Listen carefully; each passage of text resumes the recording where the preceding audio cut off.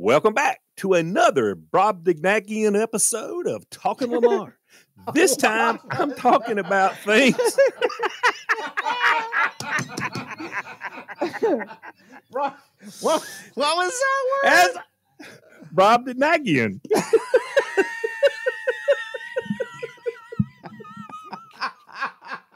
I'm so blown away and impressed, Gulliver. I am so impressed. Oh, this time I'm talking about things I learned from my mama Doris. Let's get to it. What are you talking about? Sorry, I forgot what I was talking about. What are you talking about? I am talking to you. That's just what I was talking about. It's Talking Lamar. You know, I just spent the weekend watching some animals for my daughter Alex. Her and Eric had to go somewhere, and so I got the duty. And so I'm looking for something to eat. And I told them, they said, I said, don't worry about me. I'll bring my own food, and I had some stuff. But I'm thinking, everybody's got some snack food or something, right? No, these people have no snack food. These people, I don't know. Evidently, they don't know what a potato chip is. I don't know what's going on. I mean, they're very, I look on their refrigerator and they've got meals planned out exactly how they're doing it and all this kind of stuff. And my grandbaby, Dean, he's never had any bought, food. They grind up their own stuff. I mean, all this stuff. And hey, look, seems to be working out for them. But I had mentioned this probably a month or so ago. We talked about it. Alex started making sourdough bread. So I come across one of those cake things, that you sit down and snap to hold a cake. And I see some sourdough bread in there. And I'm thinking, okay, I can work with this. So I'd cut me a slice off and I toasted it and put a little bit of butter on it. And it was really good. And so somewhere along the line, I'm talking to her on the phone and I said, you don't mind if I eat that sourdough bread, right? And she goes, oh gosh, she said, I made that over a week ago. She said, are you sure it's okay? She said, pay attention now because, it's been over a week. It could possibly have some mold starting on it. And I'm like, what? I said, well, I don't really see anything. She said, well, look close. And I said, well, I mean, it's mold. She said, well, you can't be eating moldy bread. And I said, what are you talking about? I said, when I was a kid, my mama used to make a German chocolate cake. And when you get down to about them last 4 slices, they might be a little fuzz on the top. No, you can't. You cannot be serious. Yes. And even like if we had a loaf of bread, you might get down to them last 3 or 4 pieces and you might have to trim off a little bit. They might be a little something on there that was, looked sort of strange. And like on cheese. Oh God. Well, listen. You don't. If there's mold on cheese, you just cut the mold away. The cheese is okay. And I said, it'll be okay. I said, she said, you can't eat mold. I said, well, my mama said that's what penicillin came from. She said, so if you're eating the mold, you just don't have to get a shot. So I don't guess I ever had a penicillin shot when I was a kid because, no. She just said, man, push that out of the way. It's all right. Don't worry about it. So, that's sort of how that works. We all come from those people. And yet somehow my kids are the same way. Like and Kevin's even worse. Kevin won't even eat left. He thinks I'm killing him with a leftover. If there's an open bottle of wine, like let's say we opened a bottle of wine last night and there's half of that bottle still left. This is a hypothetical, by the way. I think we all know this doesn't actually happen at my house, but there's this hypothetical bottle of wine that was open yesterday. I'll go to pour him a glass and he'll go, are you trying to kill me? We just opened it yesterday. What do you think is happening to this? How did the people who were fed mold and insects, how do we live with these people that are so delicate? I don't know. I mean, you think they'd be a little tougher, don't you? Hey, am I uppity that I don't want to eat bread or cheese that has mold on it? Even with... Well, you could, but could you if you wanted to? This is a good piece of sourdough bread, man. I'm going to toast it. The heat will take care of some of it. If I was a prisoner of war, maybe. You put the butter. But let me tell you something. There's no other sourdough bread in the house. This is the only one. And sourdough bread is really good. Lamar, it sounds Have a like little his twang to it. delicateness would like you to pause. Yes, I can. Listen, you can't be all worried about. Here's the other thing. When I was a kid, besides that kind of stuff, like we didn't keep ketchup in the refrigerator; it stayed in the cabinet. We didn't keep jelly in the refrigerator; it stayed in the cabinet. Now, sometimes, and my mom made the jelly. She made homemade blackberry jelly, and like sometimes if it would sit for a while, if you didn't eat it pretty fast, they might be. God, this sounds gross, but there might be a little bit of mold on top of the jelly. But you just take the spoon and get that off. The rest of it was good. Would you not think that's true? I don't think that's gross at all, Lamar. No, that's perfectly fine but to what me. I'm saying is, once you scoop the mold off the top, then the rest of the jelly's okay. Wouldn't you think? I mean, yes. It was for us. Yeah. It was for us too. I mean, there were a lot of times before my parents split up that there was nothing in our refrigerator, nothing in our cupboards. So we could not be picky like that. We couldn't be. If there's a little bit of something growing on top of that grape jelly, you just scraped it off and got to it. So I understand exactly what you're saying. And your mom was she was raised by people from the Depression era, right? Yes. Where you just did not waste something. You did not have the luxury of wasting food. I get it. I hate that I'm being painted. I hate that I'm being painted as uppity all of a sudden here. Well, I mean, you grew up with money, okay? The rest of us,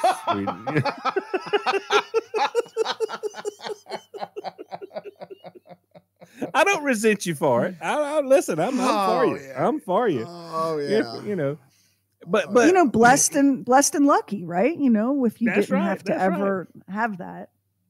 Now listen to my mama talk. Now we're talking about this to hear my mama tell about when she was growing up. There was a whole lot of that of not having enough food. And one of the things my mom, till the day she died, she would get us some great cantaloupe and she would slice it and she would put it on the table, but she would never eat it. And I asked her one day, I said, why don't you eat cantaloupe? She said, there was a time in my life that many, many times, every night, we would have gravy and cantaloupe and gravy, and that was it. And she said, I swore to myself one night when I was eating cantaloupe and gravy, if I ever grew up and I had like a house of my own and I had any money whatsoever, I would never eat another cantaloupe. And and so she didn't. She quit it, because she ate it all her life. And she said it was like sometimes 3 times a day would be cantaloupe and gravy. Can I totally screw up your vibe here and tell my joke? Knock, yeah, knock. Please. Knock, knock. Who's there? Cantaloupe. Cantaloupe who? Cantaloupe tonight. Dad's got the car.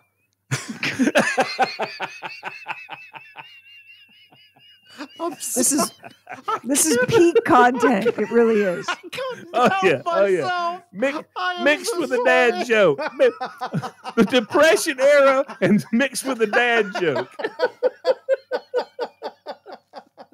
Hey, people, this is entertainment. You're getting way more than what you're paying for. I'm just going to go ahead and say. No. But my mom, she was funny.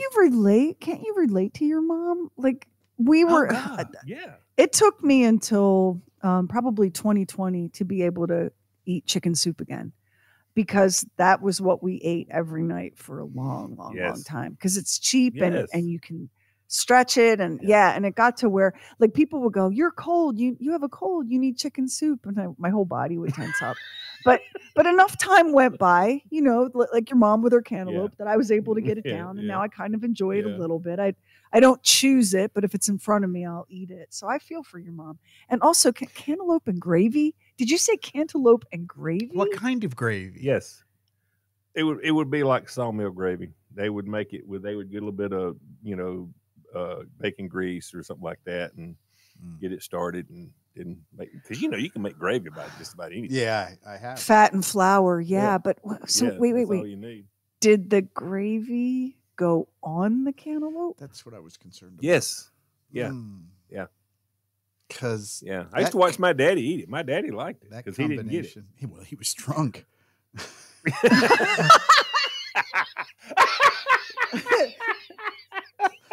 Lamar, I have heard some things. I have seen some things in my time, but this is a first for me. Do other people eat cantaloupe with gravy, or was this a Richardson family thing? Like, help me. I'm hoping. Doc, I'm hoping maybe Max, we get some, anyone? give me some any talk knowledge back. of Anybody listen to cantaloupe? this? Give us a talk back on this if you eat cantaloupe and gravy, because What Max, about you, have Doc? you You ever heard ever of it? heard of it? No, never. Cantaloupe and gravy. Like, I can understand gravy and cantaloupe, but to pour sawmill gravy on a plate full of cantaloupe is, I guess I've never been high enough to even think of that as a combination that a person might enjoy. I'm telling you, it's a thing. This is how my mother liked her cantaloupe, covered in white gravy. And that's what sawmill gravy is, right? Isn't it? Yeah. Kind of white. Yeah. Cantaloupe and sausage gravy. I'm seeing it here. I'm gonna tell you this. And I've told y'all before, my mom and dad had a garden every year, no matter what. And if you had more food than you could store, you just went and bought another freezer. I mean, because my mom was determined there was never going to be a point in time she couldn't get her hands on some vegetables to eat. And a lot of times we would have just vegetables for dinner. And one of my favorite meals is to get okra out of the garden, fried okra, and you take some tomatoes out of the garden, you slice them up, into not slices, but dice them up. You dice them up, and you put them on top of the fried okra, and then you take creamed white corn, homemade creamed white corn, and put it over that. Salt and pepper. Oh my God, what a combination. This sounds delicious, but I'll be honest with you. I was real tense waiting for you to say, and then a can of chocolate pudding. No. I couldn't that believe was one of my favorite. I couldn't believe we were going to make it all the way through this description without something horrible happening. We ate Spam, and I'm feeling uppity all of a sudden. Now let me go ahead and tell you something. I'm with Kevin on the Spam. I can't get Carla to buy it, but you put that in the frying pan. I like it. And get it, brown it up. Yeah, it's really good because it's pork shoulder and ham. That's what that is. That's why it says Spam. But one of my favorite meals that we had, my mom would make what she called mayonnaise biscuits, and for the she would use mayonnaise. She would use mayonnaise when she made the biscuits. She would, instead of using like shortening or whatever, she would use mayonnaise with the flour and everything. And so she would make up the biscuits, and they were fantastic. They were light, they were fluffy, they were awesome. But then she would slice the tomato and slice the onion, and she put a jar of mayonnaise on the table, and you would split the biscuit, put mayonnaise on the biscuit, then you'd put the tomato and the onion and salt and pepper. Oh my God. Was there no leftover cantaloupe you could add to this? I'm looking on all recipes. It has a rating of 4.4 stars out of 5. So it must be good. All right. Let me tell you this, and Hardy should be paying me for this, but I introduced this to my wife, and we pull into Hardy's for breakfast. We go in, and I get the steak biscuit, fried steak biscuit, and then I ask them to put mayonnaise, lettuce, tomato, and onion on that biscuit. Oh, buddy, it's unbelievably good. I keep waiting for them to make that a biscuit, and I don't get any credit for it, but it's awesome. Yeah. But biscuit, tomato, and onion, it's awesome. Well, it's official now. It's on a podcast. Well, and the mayonnaise thing, I mean, mayonnaise is a great secret ingredient in lots of things, including there's a killer chocolate cake that you can make with mayonnaise. I do get that. Mayonnaise biscuits sounded funny. It did. Well, but she had two different kinds of biscuits. She had the mayonnaise biscuits where she mixed, and you know what? I regret this. When I was a kid, I used to watch her do it. And she asked me one day, she said, "You want me to show you how to make these?" And I'm thinking, well, you're going to be here forever. And these biscuits, we had them all the time. So it was nothing special. It was nothing special because we had them all the time.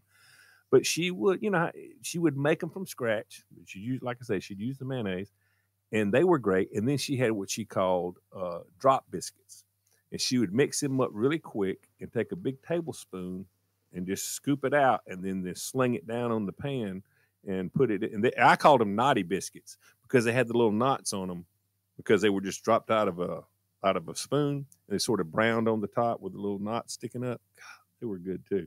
She had two different kinds of biscuits. But we had fresh baked bread at every meal. It's either cornbread or one of the two biscuits at every meal. Damn, your mom was something. That's no why, wonder you're a foodie. That's why when we had a big family get together, I had an aunt that would bring store-bought brown and served rolls, which I never got. I never got them. I had fresh made biscuits.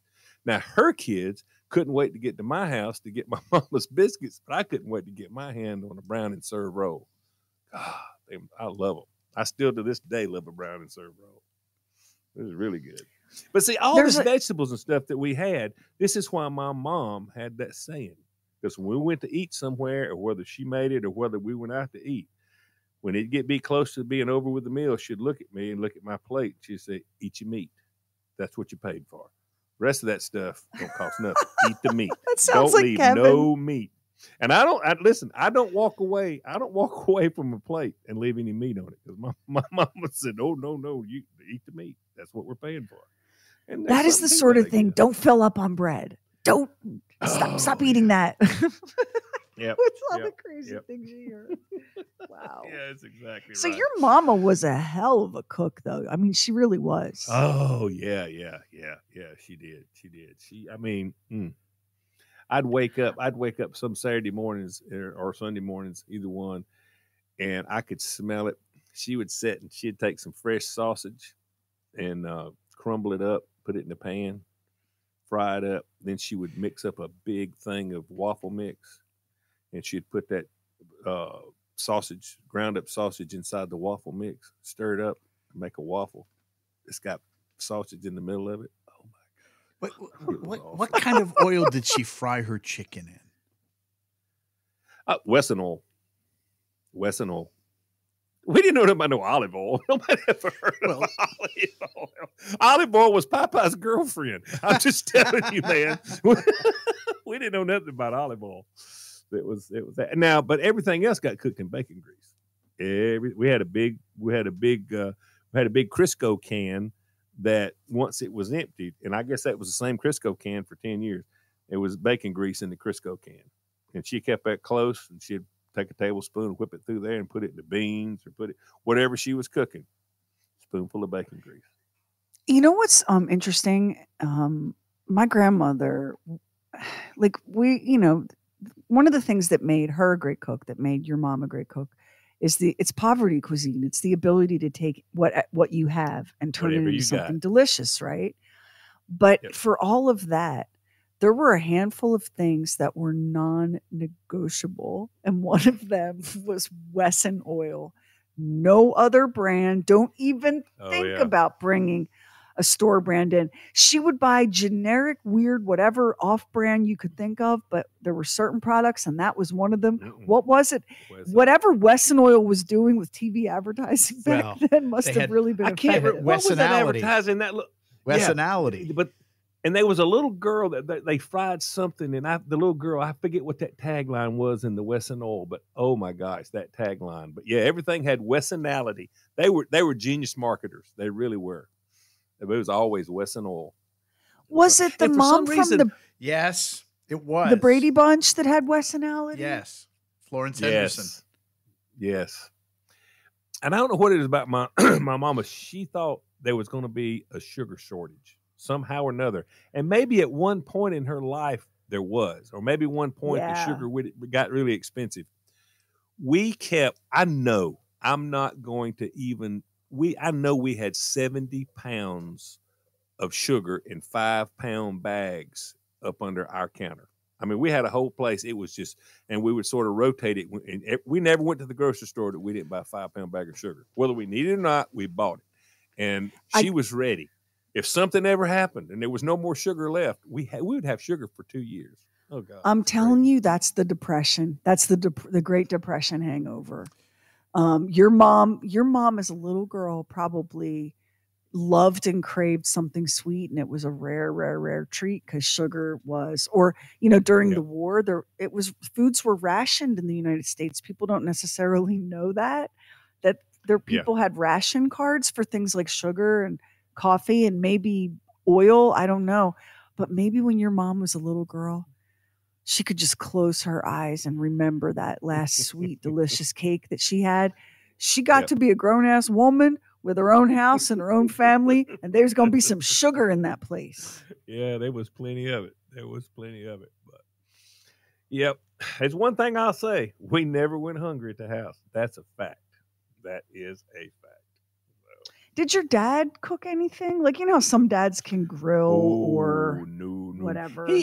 He grilled a little bit. Yeah, he did grill some, but not a ton. We did most of the cooking inside. I mean, we had the grill. Only thing we did outside was make homemade ice cream with one of those churns.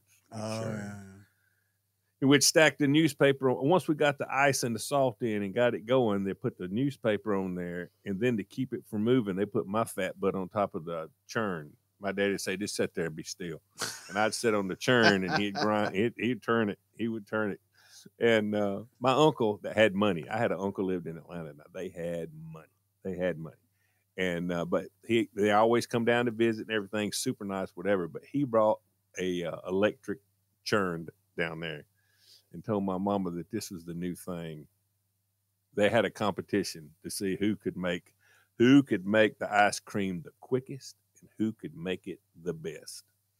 And the electric churn just couldn't do it. It couldn't do it. It couldn't do it. It was still grinding. My mama's ice cream's already done. We're all eating it, and that thing's still over there.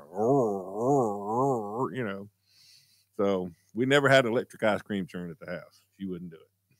And your job was just to sit on it and hold it down. Sit on it. I was too little. I was fat enough to hold it down, but I was too little to turn the crank. It wasn't just sitting there. He had to be still.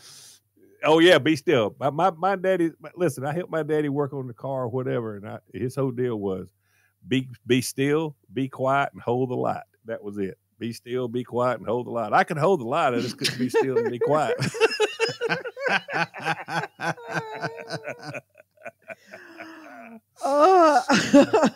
But listen, now let me tell you something. I don't know if you've priced a hand cranked ice cream churn. Have you priced one of those things now? I haven't. Are they crazy expensive? You can buy an electric ice cream churn at Walmart for $20, $25. If you want to get a wooden hand cranked ice cream churn, they start at $250. Is that because the only companies making them now are the kind of places, Bob shops, like Restoration Hardware, whatever? It may be. Now, I'm satisfied in today's thing. I'm sure the gears are great. I'm sure they probably crank easier, and they're like this. They got their cedar, and I'm sure they're a work of art. But you there's one that's $4.79. What in the world? Is it Williams Sonoma? That is crazy. And you're having to crank it. And if you want it delivered, it's $610. Listen, I wanted so bad because we got electric churn and it does okay. But I had that nostalgia thing going, and I'm like, I'm going to order me one. Boy, I looked it up and I'm like, no, we're not doing that. I mean, Ben and Jerry's done a lot of work. I could go to the store. I mean, that's a lot of money for that. But yeah, I was surprised at that. I'm really shocked by that. But then again, the demand for that has got to be so small, right? And they're probably like, if we could find, there's probably an episode of How It's Made, which I love. Do you like that show? I love How It's Made. I love that. Today on How It's Made, hand cranked ice cream makers, and then you find out that there's this workshop in Vermont where they cut sand and stain the wood by hand. Yeah, they're handmade. Yeah. I mean, it's a work of art. I'm satisfied. It's a work of art. I just saw on the Food That Built America that Ben and Jerry invented the cookie dough ice cream, that they are the ones who came up with that. I believe it. Did they get the patent or anything? I don't know if they got the. My guess is, yeah, they were probably pretty sharp businessmen, but they're the ones that came up with that. Yeah. Well, I'm going to say, I believe that about wraps it up for just another look into what it was like being raised by Mama Doris. I appreciate y'all listening. Thank you for the time. Yeah, every time you eat cantaloupe and gravy, you can think about my mama. Cantaloupe tonight. Dad's got the car. We've had a lot of fun reliving some really great memories. Hope you did. If so, make sure you listen to every episode of Talking Lamar. Don't stop now, because I hate a quitter. Now listen, if you've got any questions or comments on the gravy and cantaloupe and some other crazy stuff you might eat, go to our app. Go to the Bob and Sheri app, go to the microphone down at the bottom, click on it, and start talking. And if you need to, you can call 844-52-SHERI and still keep talking. Thank you again. Until then.